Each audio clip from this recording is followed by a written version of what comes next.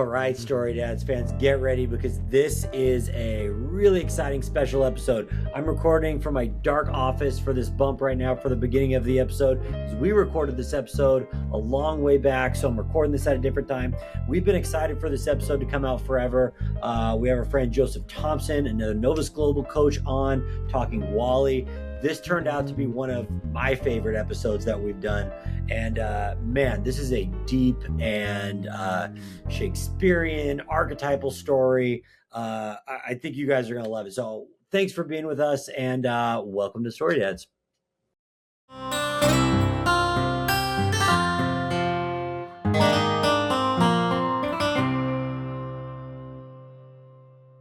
Well, Joseph, I did not properly prepare an introduction for you, but you also are a phenomenal coach from the same firm as the other Joseph that we brought on. You only employ Josephs, which is why I didn't last with the firm. Yeah. You were my coach. You were also a teammate, Awesome.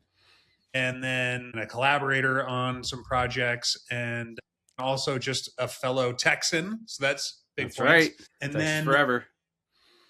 We also, even from the start, even though we weren't working in the medium of storytelling, we always really connected on storytelling. And so you are here today, and highly welcome. And also a father of 6 now. Congratulations on your 6th. Thank you very much. And you are here, and the movie you picked is WALL-E. Excellent. Yeah. Excellent. And tell us a little bit about why, or anything else you want to say to introduce yourself. Yeah, absolutely. So my background before I became a coach actually was English literature. And so I went to a school in my undergrad that was just reading books. Like you were reading primary text, and all class was you sat around in a circle and talked about them. Teachers didn't really teach you. You had the work of like all together trying to figure out what the heck does this text say. And then I went on to get my master's in English literature at Ole Miss. I studied William Faulkner. And so like story and narrative, like just has been my main food source for years and years. And it continues to do so actually as a coach, because we're playing with the stories that people are living in that leads to the results that they have, and we get to go change. So that's to speak a little bit about like where you and I, riffed on story, where that love came from, and just reading great books. And so actually it was very, I remember watching WALL-E the first time and just thinking, this is a movie like none other. Like I haven't seen a movie like this. Pixar's done it again, but they've done something totally new. Done something very daring by having a movie that is central character is a robot that actually doesn't develop or change, but changes everything around him. And nobody talks for 30 minutes. Like remarkable. The visual storytelling in this one is like the way they pull it off at the beginning. It's all showing, not telling. Yes, exactly.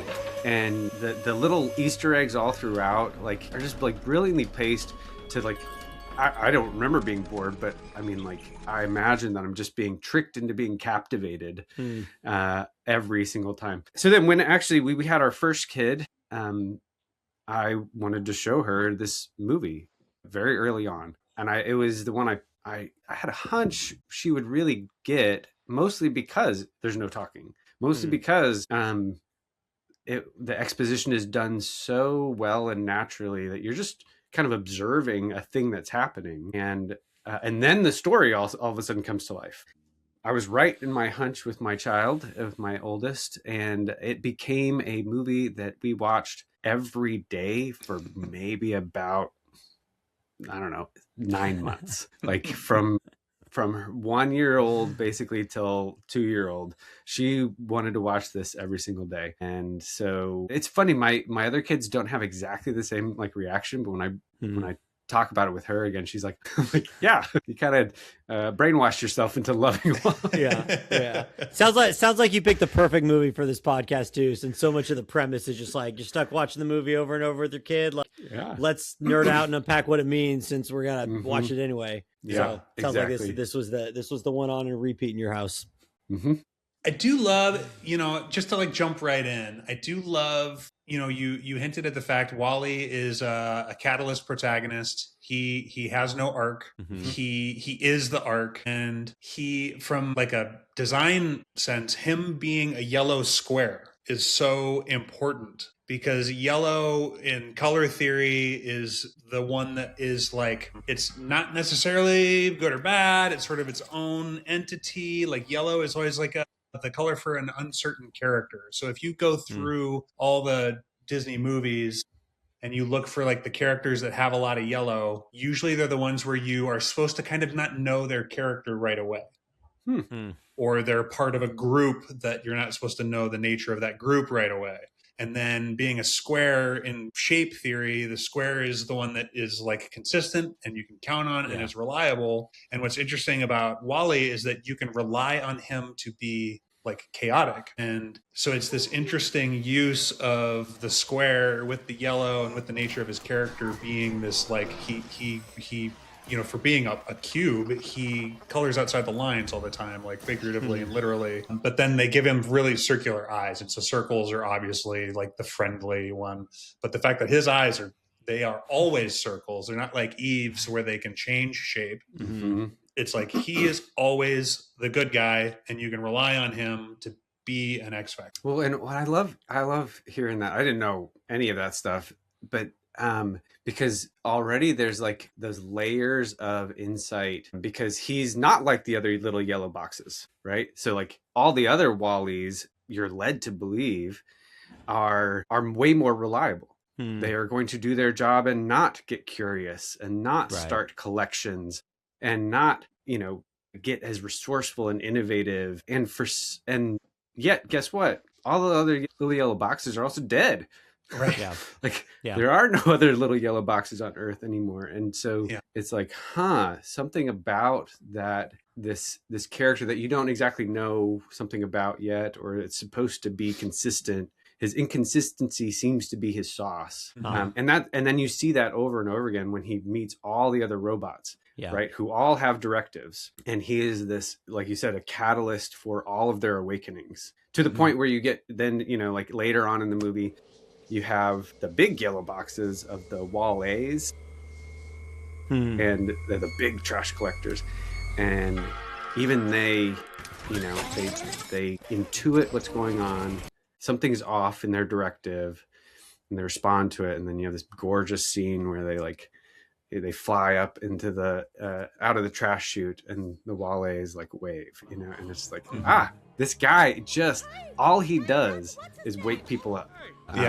And it's just but by being exactly who he is, right? There's no change. He's not like making choices. He's not like sitting there being like, I think something's wanted and needed, and I don't know if I have it. He just is WALL-E. And people start waking up out of deep sleep. And and what it is, I love movies that tell you. And so the first time he's scanned and identified, he goes foreign contaminant, and that's what he is in every scenario. He is the foreign contaminant every time, and it goes 100% foreign contaminant. And so even from the very start, he like puts his little track out and colors outside the lines. Well, the very start, meaning the very start after the threshold. Interaction. Interaction. I mean, especially going from this almost futile job that he has, which is to clean up a just totally wasted the world. Whole planet. By himself. The entire planet. Hey, go clean the up. one robot left to do it. Yeah. And then you get to the Axiom, right? The slick town of the Axiom, and like you said, that's where we really see how he's a misfit wherever he is. He's just a misfit. Yeah. So I'd love to backpedal a little bit to a genre, and obviously it's a sci-fi movie, but it's a rom-com. Like the rom-com, the whole first little bit is a rom-com, and that's the thread all throughout for sure. Yeah. Well, and I would even go so far as to say it's like it has like a Shakespearean comedy, right? It ends in a wedding, it is, there's a comedy of errors throughout as well, but it's all in service of like union between your main two characters. Yeah. It's funny. One of the things I love, you're comparing it to Shakespeare. I'm going to compare it to Knocked Up, which is, also a Shakespearean comedy, but like you've got like the super gorgeous, slick girl boss, career woman that's like doing her thing. She's on mission, and you get like the slob that's and he now obviously in Knocked Up there is a major character arc for Seth Rogen's character. He's got to like get his his shit together, but he puts a seed in her, and then they're like stuck together. They got to like care and tend this seed together throughout the rest of the movie. So there's some parallels to Knocked Up.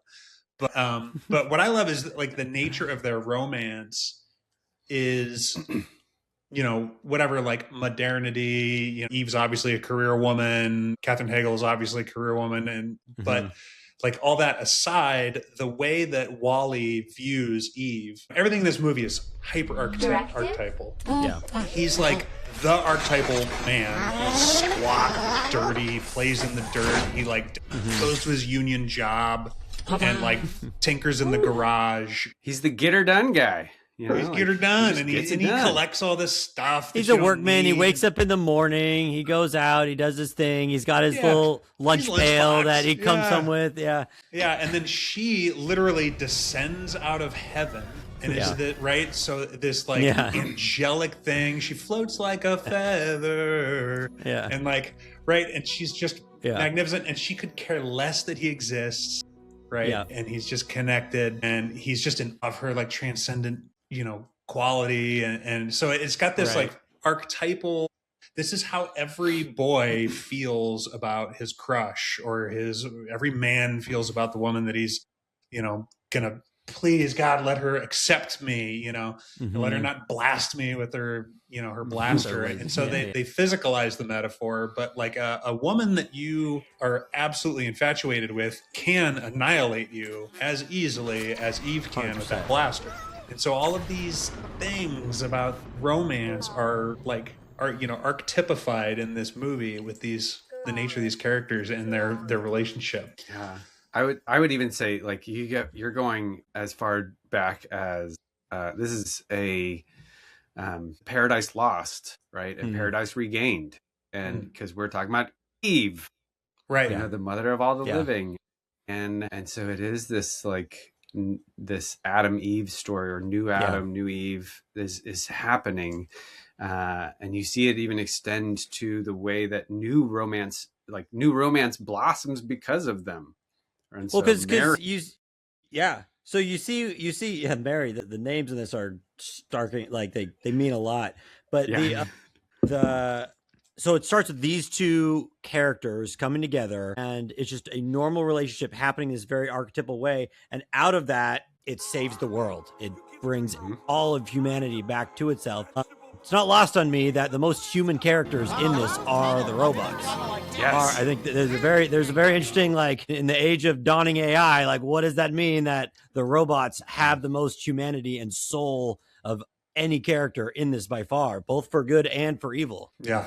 Well, and I would even, I made that note as well, rewatching it and just being like, whoa, what are we supposed to make of that? And I think ultimately, this is a movie that is like deeply informed by like personhood, the philosophies of personhood, the idea of personhood, even to the point, by the way, about like the immateriality of soul. Yeah. Right. So like when he has to be at the end, WALL-E gets rebuilt, and then where is he? He's not in there. Computer chip. He's looking at Evie. He's not seeing the woman who he's been in love with this whole time, and as the audience you feel like he's gone. Where'd he go? Even though he's dead. He's there. Yeah, that's right. He's dead, even though the body is moving. So you have that whole like sheep of Theseus, thing, right? Go on. You're like, oh, we replaced all of his parts. Is he still WALL-E? And then all of a sudden he is somehow. And you're like, oh yeah, and so like there's this deep personhood. There's comments on personhood. And we're using robots to do it, is what I noticed. Oh, then what is it? I think the brilliance of the movie is when they show how robotic humans can get. How you can abdicate your humanity as well as have agency to step into it. Yeah. That's right. And so, what happens when we become so robotic by choosing comfort, just choosing comfort and convenience over everything else. And what we're robbed of is that the personhood.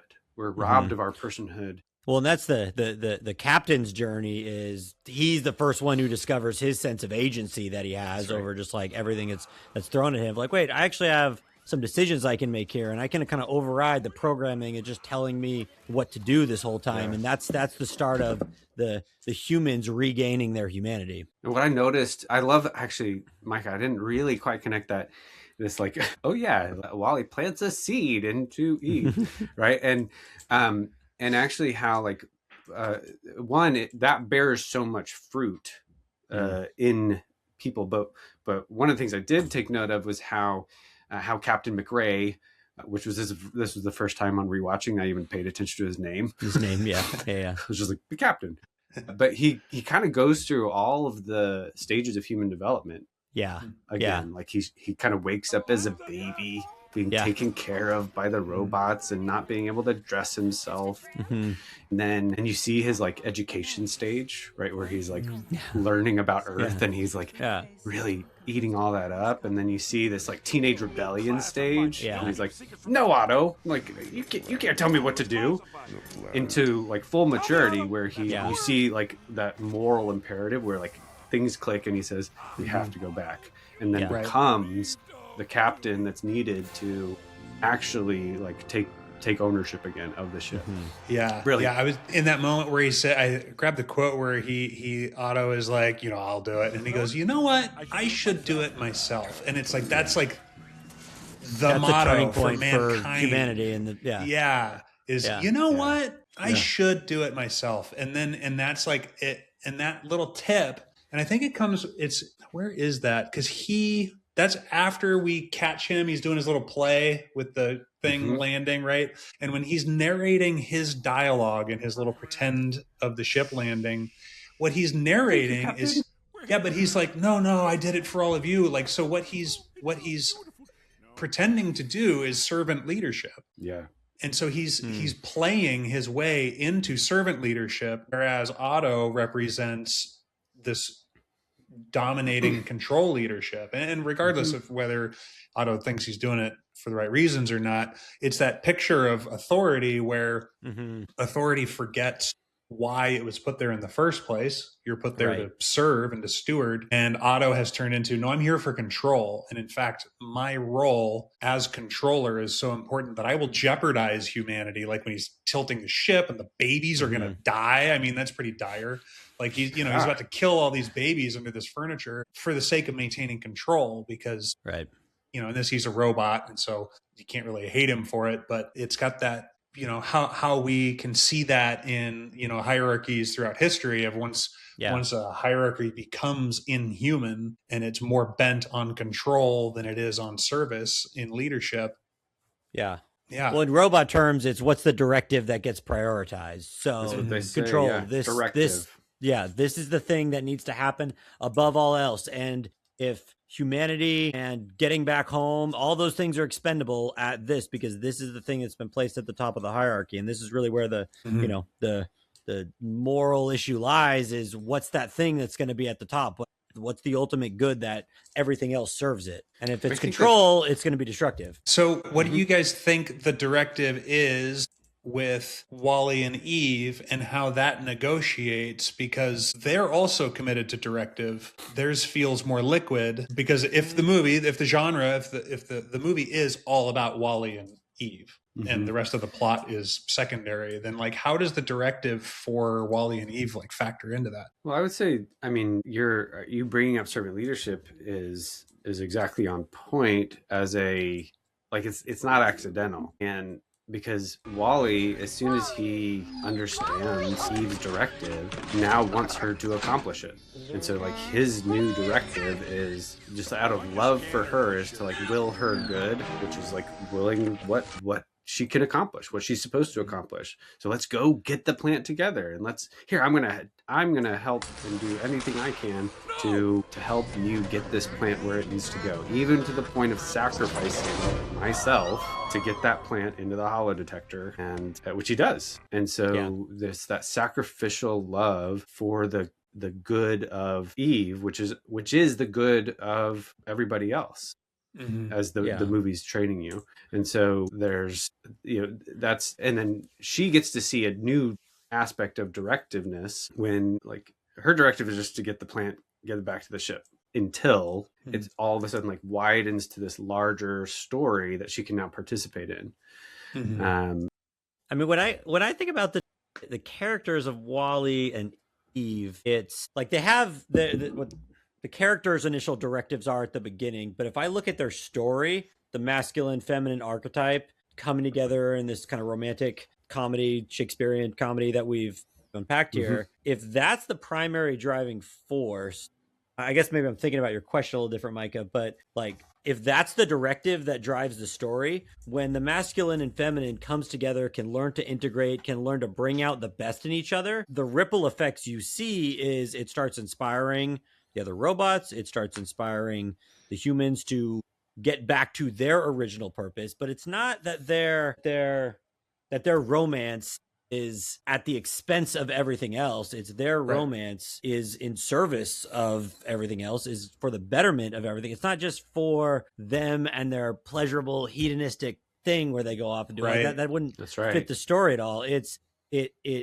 for a deeper purpose than just, I'm infatuated with this girl. That's so good. Go back to that idea of like Eve is like mother of all the living. That's why she's in it. And you're like, that becomes the directive, is like, hey, we've got to actually bring life back to these human robots, like human life back to these human and robots. all the romance and all the beautiful connection that they have, it's for this bigger purpose. And when it's all in line with that purpose, it starts having these ripple effects and inspiring everyone else to get in line with their purpose. And so like I think of Otto, and his whole thing is control, and this is the thing we're supposed to do, and it's gotten so kind of ossified, and this is the direction it should go, that it's lost sight of what its purpose is.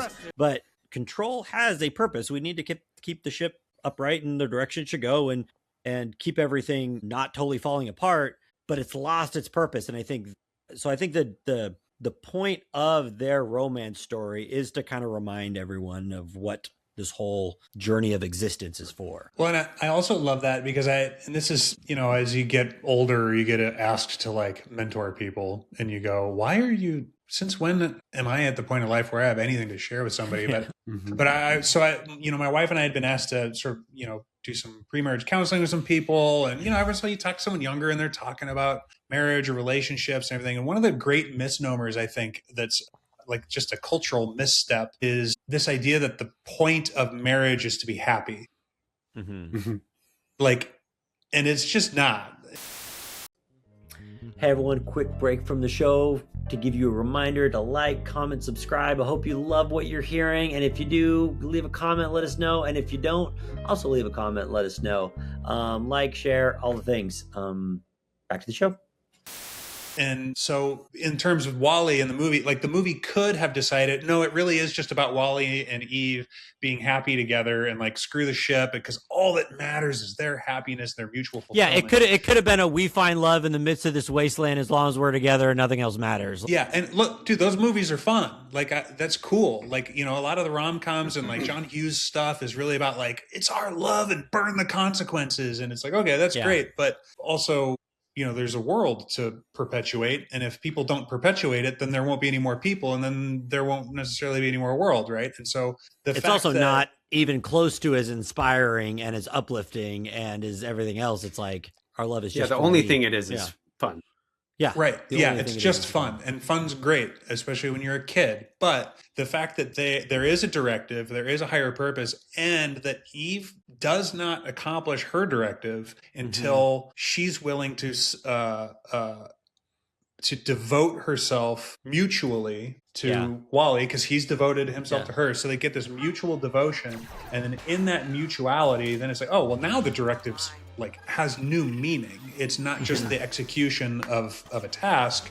It's this act of devotion, and then in the terms of the movie and in terms of real life, that act of, you know, masculine feminine integration and mutual devotion perpetuates existence, and it happens at the micro and then plays out in the macro. And we get to see it in the movie where Josh and Mary, you know, hold hands and go, get ready to have some babies. And it's like, and that's exactly what's going to happen. Like that's, yes, you all better get ready to have some babies. Y'all better get ready. And that is, and so and I'm not saying, I mean, I guess maybe I am saying the purpose of marriage is to have children. It's going to make your marriage way more interesting, and is probably one of the main purposes for it. It also flies in the face of the idea that marriage is about happiness and what you should like. My pleasure, my fun is fine. Fun is good. That can't be the point. Well, I think my challenge would be to say, like, dream bigger. You know, like if you're sitting there going, I just want to be married so I can be happy. I want to go dream bigger. What's your directive? And it's like, I think maybe the broadest but still accurate brush that you could paint with is like the purpose of marriage is a community, of which yours is the first, right? And so, like you said, it's like, if what we're doing is something that actually doesn't give any regard to like how it impacts the community or how it's impacted by what's around us, like you might be missing out on quite a bit of like what it is that you're there for. And then family, like kids, really do become that, like, we really are a community now. And then especially with 6. Yeah, a whole sports team community. and so that's the major turning point for Eve, how she opens herself up to be led now by WALL-E rather than trying to do the leading, which aptly happens with dancing. And so it's like, I'm actually going to let you lead now. And that doesn't mean she's passive. That doesn't mean she stops acting. That doesn't mean that she goes first, even still. She goes first, back up the trash chute, no problem. But there is this, like, we're on WALL-E, like we're playing WALL-E's game now. At that point, as soon as he is saved out of the escape pod, and then they dance in space in a way that turns on some humans. Like, oh, we're all playing. We should be playing WALL-E's game instead. Yeah. And what is that? That one little artistic point in that scene when they're dancing in space. It's the double helix. It's the DNA symbol that they're forming as they're going through. That's inspiring everyone. It's again, so much of that visual stuff just packed in there. Yeah. It's really, this is a masterpiece of a movie. Yeah. And we talked a little bit in what's the one we just did? Inside Out. We're talking about how, like, it just hits every single checkbox, and it does each checkbox with, like, nuance and style and panache and tone, and, you know. And so this movie also does that. It just hits every mark along the hero's journey, every mark. I mean, I even think about, as we're talking about dance, just again visually, the fire extinguisher. Yeah. You know, they planted that at the very beginning. And again, like with Chekhov's color theory, it's exactly, that's what I wrote down. Chekhov's gun right there is it's a yellow world, and he pulls out this bright red tube and throws it away. And it's like for a second, but because of the design element and the color theory at work, it lodges in your mind. And so when he pulls it out later, you don't there's not even a moment where you go, well, where did he get that? And why does he know how it works? Because it was bright red and you can't forget it. And exactly, Chekhov's gun. Like, nothing doesn't pay off, or else it can be cut. And well, and it brings to mind actually, like, exactly that. Like, you brought up, Eric, about like the visual beauty of the whole film. And that's also not just window dressing or showing off. No. And that is an integral part of WALL-E's game. So if we, again, think about, like, I mean, like, this whole movie really could be called, like, Be Like WALL-E, or like Be Like Mike, you know, like like, he is a model of desire for all of us. Yeah. Women want him, men want to be him, is this thing. And the visual part of it is how he relates to beauty, how he relates to, he is just full of wonder. Yeah. All the time. And so you see this when, like, you know, he's floating in space and attached, you know, hanging on for his life to the shuttle. Right. And then he's just like, you see the galaxies mesmerizing his eyes, and he you know, records things because he's just like, wow. And so this somehow, you know, this childlike wonder, goofy, get her done guy is the like who by the way, like never gets frustrated, even though he's frustrated at every step of the way. And he just, I don't know, there's something about him as a masculine figure that I think all of us, especially like dads, should pay attention to. So he's perseverant. He sticks with things, even though it's not going well, even though it's going to take a long time. He's patient. He is curious. He doesn't have a massive ego. He's not the best dancer right away. He's a big clunky box, yet his heart is what makes him like, well, cool. He's kind of playing around with this, and it's not perfect, but there's all sorts of rough edges. Huge bias for action. Yeah. Right. Like, he just does. Like, well, okay, I'm going to make this statue of Eve, you know, out of a toilet seat. Right. I'm going to do this. And I'm going to smash through the wall and rescue Eve. Yeah. And when she doesn't need rescuing, like, well, we're going to run away anyway. Like, we're committed. Yeah. Well, because he's not smashing through the wall because he's the biggest, buffest robot who's able to smash through walls. And he's not making the statue because he's the most artistic, creative, like, eye for beauty of everyone. He's just like, I just want to do this because that's the impulse that's there. And I'm not self-conscious about if this is good or not, or if I'm going to look foolish doing this. I'm just going to do it. Yeah. There's like an intuition that you see him have, that whether or not you would do it, you can kind of see, you're like, the distance between you having the impulse or the intuition and you going at it, testing it, is little. And that is it's a dutiful, this is the right thing to do. This is the move to make. And it doesn't even register for him. Like, am I going to look foolish? Am I going to upset someone? Am I capable at this? Like, I'm just doing it. Which he does, right? Yeah. I mean, like for half the movie, Eve is like, what are you doing? Yeah. You know, she turns around, WALL-E, you know, like she is irritated with him. And but his persistence, his perseverance is just a thing to behold. It is the story. It creates the moments in the story. Yeah. Well, and you know, you said just how visually beautiful the movie is. I don't think you do a movie with this little dialogue without like just masterful visuals, and because the storytelling is almost all done that way. Well, and this movie actually made history in it, the relationship they built with the cinematographer. So one of the big things, the worlds of animation and the worlds of live action were always pretty sovereign. And you had crossovers, you know, as vis effects became more prevalent, you know, live action movies started necessarily employing more animation in their thinking. And you can go back to Mary Poppins when they are Dancing with Penguins for like early examples of that. But, you know, like you watch an Avengers movie and it's like 50 to 70% animated. But so when this movie came out, they hired Roger Deakins to come in as a visual consultant. And so he brought in, for the first time, I think, this live action, you know, eventually he would finally win an Oscar, but you know, world-class, historic level cinematographer to come in and to talk to how to best portray these moments for visual beauty and how to move the camera in a way that was not the way, because animators, you know, they have a tendency to kind of like lock off the camera, and, you know, not to say Pixar does that, because they were always, you know, next level at, you know, even the lamp video that was their, you know, sort of emergence into the world is like, all right, these are inanimate objects and you are with physicality and camera, you're telling me a story. And, you know, a lot of these robots in this movie don't have any kind of facial articulation.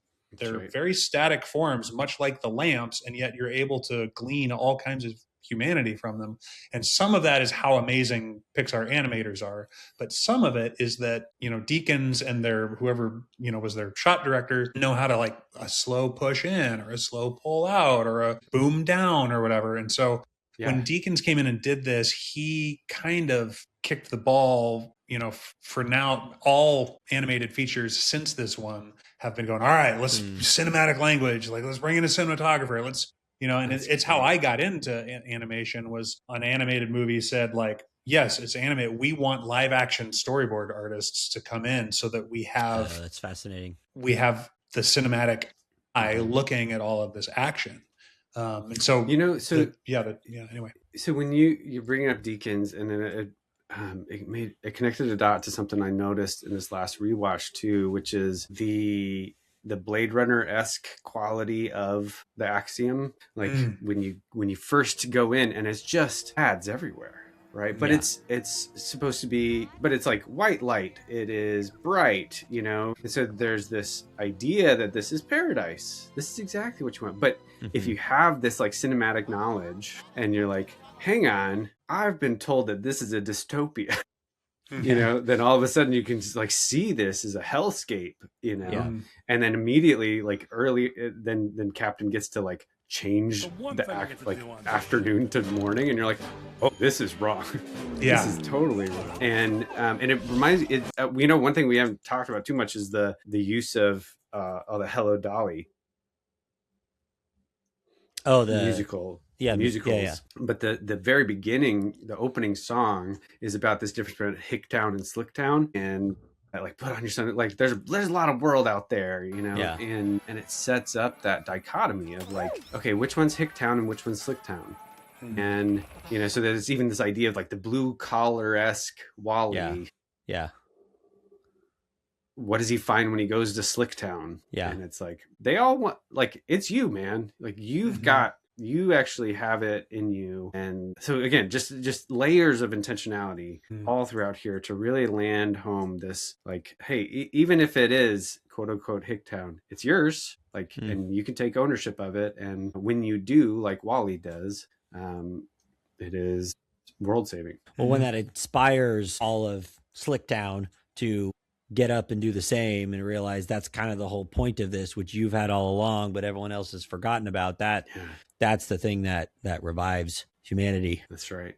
I do think we kind of touched on it earlier, but I do kind of want to explore the nature of what this movie is saying around humanity, because again, we touched on it. Like, the robots are the most human in this whole thing, and is interesting, in the dawning of AI that we're in right now, just seeing like, is there implicitly, what does that mean? The humans have all lost that, and it's the robots who have to remind them. I didn't feel like that was the point of them writing it this way. You don't feel like this movie was set out to say a message about AI, but it's I don't know. It was very curious. Well, I would say that I mean, the clearest thing that I would say it is saying is that, like, what it is to be a person has very much to do with agency, very much to do with what Micah was talking about. It's like, you know what? I should do this myself is really central to not just being human, but being like exhibiting personhood. Right. Because all of the humans on the Axiom are humans, right? But they're not engaging personhood in any significant way. And they only do when they engage with the world around them. In a way that's not translated through a screen, translated through the filtered context of the Axiom of convenience. But they can just be like, oh, we have a pool. A pool exists over there. Look, that's happening over there. And then, so when they engage with the world around them, and when they actually make choices to interact with it. Yeah. I think that's really central in this statement of what it means to be a person. And I think as the robots go through that journey, they almost become more human. They, like, you can hear more of the emotion in Evie's voice by the end, whereas at the beginning it's more robotic. You see all that side at the beginning, whereas by the end it's like the heart of their relationship is like emphasized. Yeah. And there's an element of like, I didn't know I could do that, and like even the little keyboard guy, and he like waves and he's like, what? That, like, I didn't know it did this. I thought it just punched keys. And that consistently happens to all the robots that he interacts with throughout, including, when he rescues all those misfits, and, and just the word misfit is like, they don't fit. There was an order. And we kind of see that this the balance of order and chaos is, the Axiom is so overly ordered that when the captain or when Otto goes over the top with his order, it actually spawns disorder. Like his robots that are on their way to enforce order are knocking people out of their chairs. And so it's that idea, like, you overplay your hand. If you overplay tyranny, or if you overplay control, or even just like as a parent, I think about that. Like, when I overplay like discipline, and with my kid, it's like, oh, well, it's just going to make him act out, at a certain point. Like, it has to be tempered, and yes, you need order, but you need chaos in there. It has to have room for it. And you see that when Mary and Josh are playing in the pool, and I love that their jerseys change color when they're like liberated, so you can like kind of see the contamination, and that they are playing in water, which is of course the chaos element, and they flick it on the machine and short it out, and you just get the sense of like, oh, like the center cannot hold. The breakdown is inevitable. Like, how do we want it to break down? Do we want it to break down in a way that's benevolent, or do we want it to break down in a way that's just destruction? Well, which is why the whole romantic through line of WALL-E and Evie is so perfect, because it is the dance of chaos and order, learning to work together, of the masculine and feminine coming together and integrate and harmonize. And then it explores when it's too chaotic and when it's too ordered. It's so much there. Yeah. Well, I'm looking at time, so I want to land this plane on time.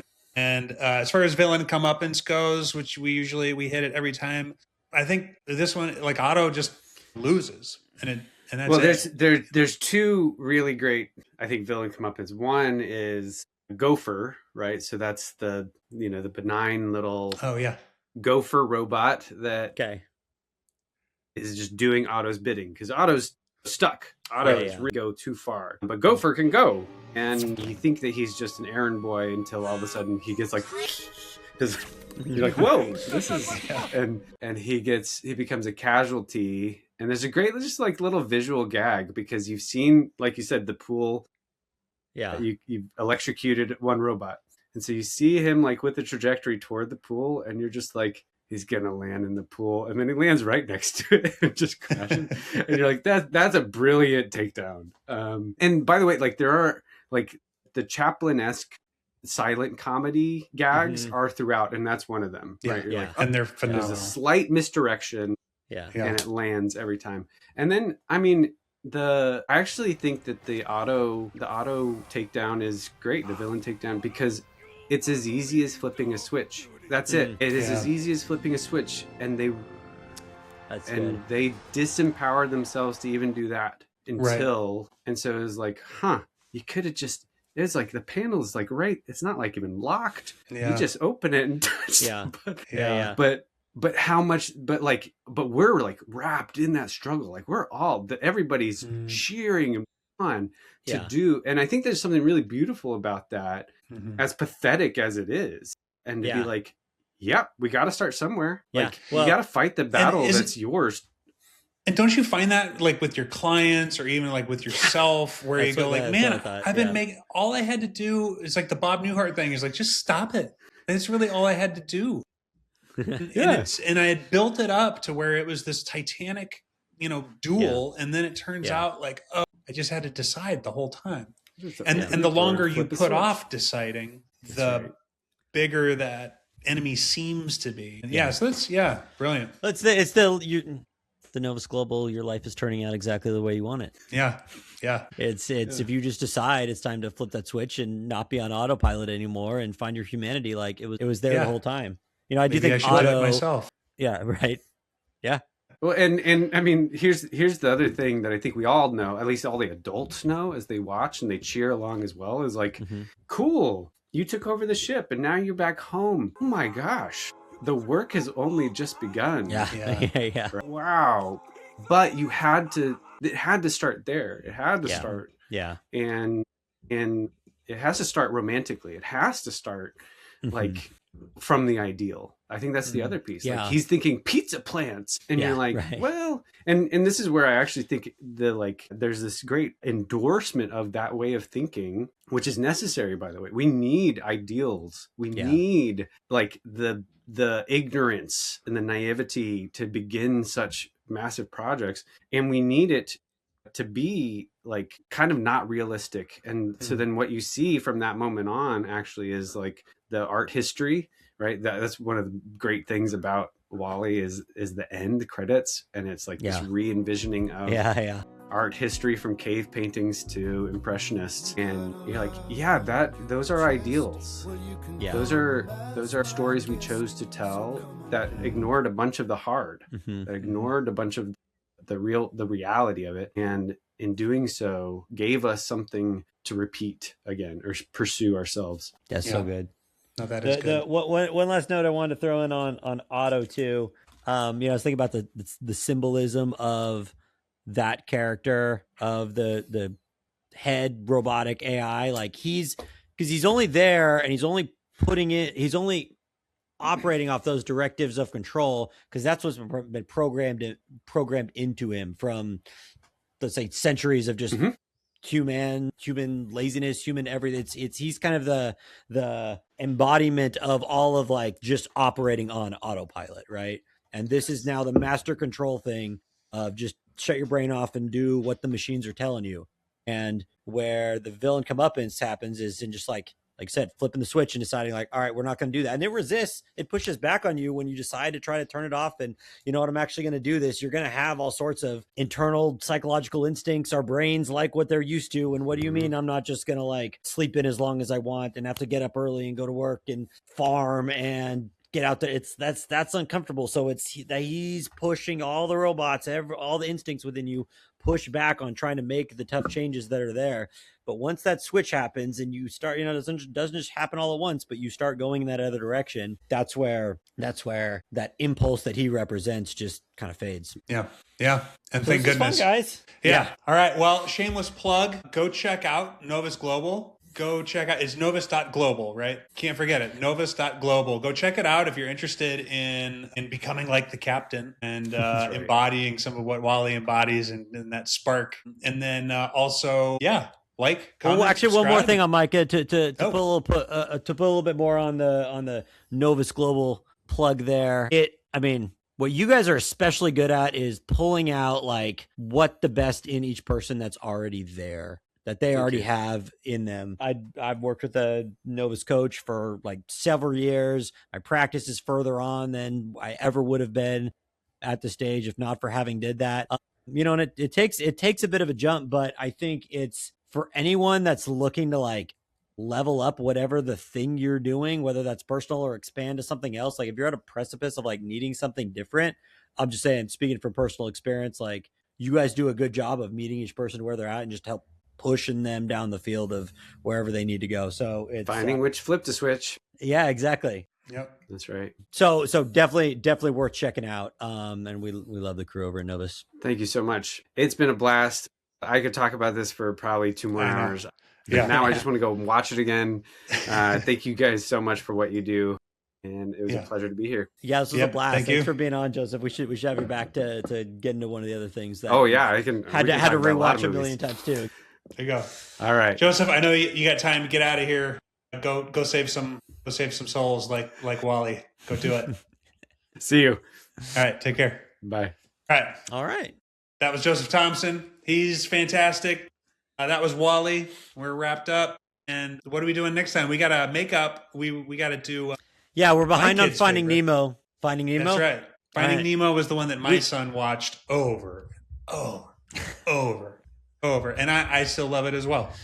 It's great. Yeah. We've plugged it for like 3 episodes saying it's coming up and it's becoming our elusive episode, but stay tuned because that one's coming and it's going to be great. So, this was a ton of fun. We haven't had a guest for a bit and that really took it to the next level. I want to go watch WALL-E again, even though I just watched it.